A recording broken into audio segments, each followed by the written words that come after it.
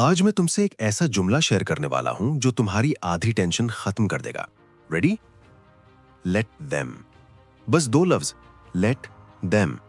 लेकिन अगर तुमने इसको वाकई समझ लिया तो तुम्हारी ओवरथिंकिंग, स्ट्रेस, लोगों का डर सब खत्म हो जाएगा। क्योंकि हमारी लाइफ की सबसे बड़ी प्रॉब्लम क्या है? हम हर चीज कंट्रोल करना चाहते हैं। लोग क्या सोच रहे हैं, लोग क्या कह रहे हैं, किसने रिप्लाई क्यों नहीं किया, किसने इग्नोर क्यों किया, किसने सपोर्ट क्यों नहीं किया। हम दूसरों को कंट्रोल करने में अपनी पूरी एनर्जी जाया कर देते हैं और आखिर में थक जाते हैं। यही ट्रैप है और इसी ट्रैप से बाहर निकालती है द लेट देम थियरी। दोस्तों, जरा इमेजिन करो, तुमने किसी को मैसेज किया, रिप्लाई नहीं आया। दिमाग फौरन क्या सोचता है? शायद वो नाराज है, शायद मैं बोरिंग हूं, शायद वो मुझे इग्नोर कर रहा है, और फिर ओवर थिंकिंग शुरू। लेकिन असल में क्या था? वो बिजी था, बस। लेकिन हमने खुद को अननेसेसरी स्ट्रेस दे दिया। क्यों? क्योंकि हम हर चीज पर्सनली लेते हैं।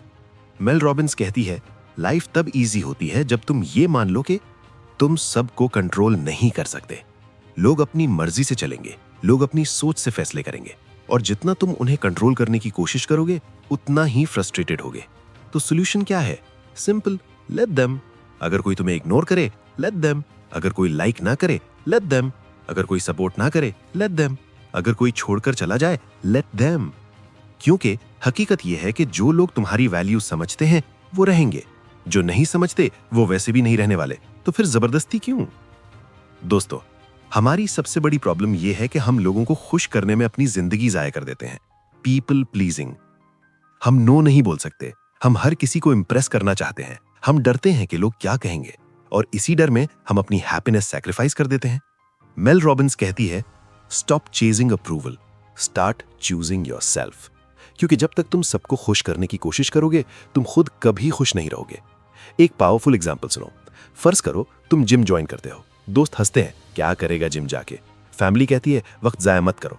लोग जज करते हैं और तुम छोड़ देते हो। क्यों? क्योंकि तुम दूसरों के ओपिनियंस को ज्यादा इंपॉर्टेंस दे देते हो।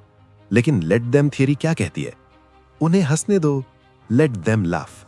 उन्हें जज करने दो, लेट देम जज। तुम अपना काम करो, क्योंकि आखिर में रिजल्ट तुम्हारी लाइफ में आएगा, उनकी लाइफ में नहीं। ये थ्योरी हमें एक और इंपॉर्टेंट चीज सिखाती है, emotional freedom.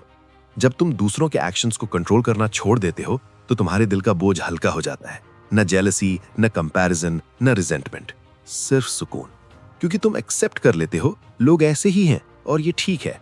Acceptance equal to peace. अब एक डीप बात सुनो। मेल रॉबिन्स कहती है, let them and let me. यानी let them be who they are and let me be who I am. ये सेकंड पार्ट बहुत पावरफुल है। हम दूसरों को तो अलाउ कर देते हैं लेकिन खुद को नहीं। हम अपने ड्रीम्स डिले करते हैं, हम अपनी वॉइस सुप्रेस करते हैं, हम रिस्क नहीं लेते क्योंकि लोग क्या कहेंगे। तो आज से उन्हें कुछ भी कहने दो और खुद को ग्रो करने दो। दोस्तों, लाइफ बहुत छोटी है। अगर तुम हर वक्त ये सोचते रहोगे कि लोग क्या सोचेंगे तो तुम कभी अपनी लाइफ नहीं जी पाओगे। सिंपल रूल याद रखो, not everyone has to understand you, not everyone has to like you, not everyone has to stay. और ये परफेक्टली ओके है, क्योंकि जो लोग वाकई तुम्हारे हैं वो कहीं नहीं जाएंगे। इमेजिन करो, अगर तुम वाकई लेट देम अप्लाई कर लो, कितनी टेंशन कम हो जाएगी। No overthinking, no begging, no chasing, no drama. सिर्फ फोकस ऑन योरसेल्फ, अपने गोल्स, अपनी हेल्थ, अपनी ग्रोथ, अपनी पीस। और यही असल सक्सेस है। तो आज से क्या करना है? जब भी कोई सिचुएशन आए जहां तुम स्ट्रेस हो रहे हो, बस खुद से कहो, लेट देम। वो जो करना चाहते हैं करने दो और अपनी एनर्जी अपने ऊपर लगाओ, क्योंकि तुम्हारी लाइफ तुम्हारी रिस्पॉन्सिबिलिटी है, दूसरों की नहीं। दोस्तों, ये किताब सिंपल है लेकिन लाइफ चेंजिंग है। दो लफ्ज लेकिन हैवी इंपैक्ट, लेट देम। कभी कभी छोड़ देना लड़ने से ज्यादा पावरफुल होता है। कभी कभी इग्नोर करना रिएक्ट करने से ज्यादा स्मार्ट होता है। और कभी कभी दूर चले जाना सेल्फ रिस्पेक्ट होता है। अगर आज की वीडियो ने तुम्हें हिट किया हो तो कमेंट्स में लिखो, लेट देम।